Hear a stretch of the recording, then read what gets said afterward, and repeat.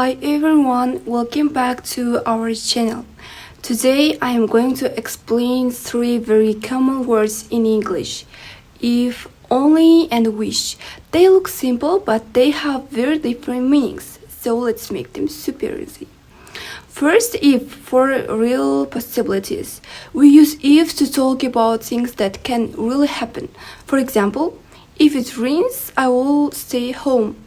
If you study, you will pass the exam. And structure, if plus present tense and will plus verb. This is for real possible situations. Secondly, only if only to show regret or a strong wish. We usually say if only to express regret or a strong desire. For example, if only I had more time. If only it wasn't so cold today. We use this when we wish something was different right now.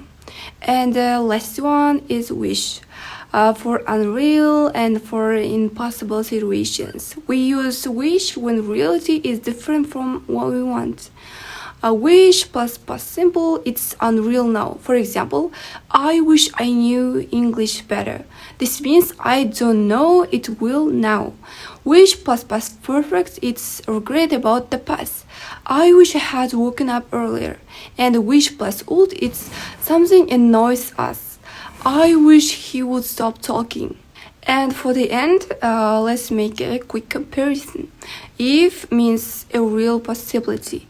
If only means regret or a strong wish. Wish means unreal or impossible situations.